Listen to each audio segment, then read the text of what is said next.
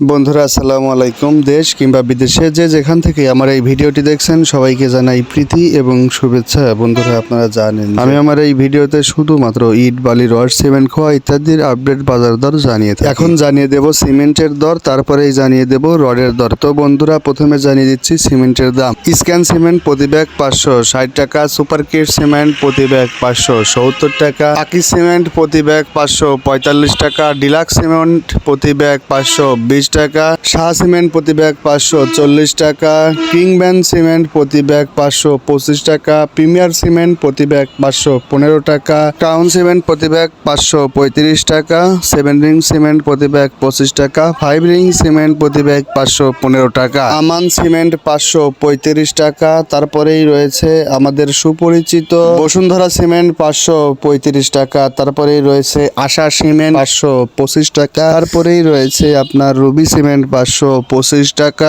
এই সকল সিমেন্ট ছাড়াও বাংলাদেশে কিন্তু আরো অসংখ্য সিমেন্ট কোম্পানি রয়েছে। আপনাদের এলাকায় খুচরা পর্যায়ে কোন সিমেন্টের দাম কত যাচ্ছে আপনারা কমেন্টে জানিয়ে দিবেন। তো বন্ধুরা এখনই জানিয়ে দিচ্ছি রডের প্রকৃত আপডেট বাজার দাম। প্রথমেই জানিয়ে দিচ্ছি বিএসআরএম রড, এটা কিন্তু প্রতি টনের দাম 92,000 টাকা, প্রতি কেজি মাত্র 92 টাকা। তারপরে জানিয়ে দিচ্ছি একেএস রড, এটার প্রতি টনের মূল্য এখন 88,000 টাকা, প্রতি কেজি 88 টাকা। তারপরেই রয়েছে রানী স্টিল, এটার প্রতি টনের মূল্য 86,000 টাকা, প্রতি কেজি 86 টাকা। তারপরেই রয়েছে এএসবিআরএম স্টিল, এটার প্রতি টনের মূল্য 89,000 টাকা, প্রতি কেজি 89 টাকা। তারপরেই রয়েছে আপনাদের সুপরিচিত জিপিএইচ ইস্পাত, এটার প্রতি টনের মূল্য 88,000 টাকা, প্রতি কেজি 88 টাকা। তারপরে অবস্থান করছে বাইজিদ স্টিল, এটার প্রতি টনের মূল্য 86,000 টাকা। তারপরেই রয়েছে স্কোয়ার স্টিল, এটার প্রতি টনের মূল্য 87,000 টাকা, প্রতি কেজি 87 টাকা। তারপরে রয়েছে ঢাকা স্টিল, এটার প্রতি টনের মূল্য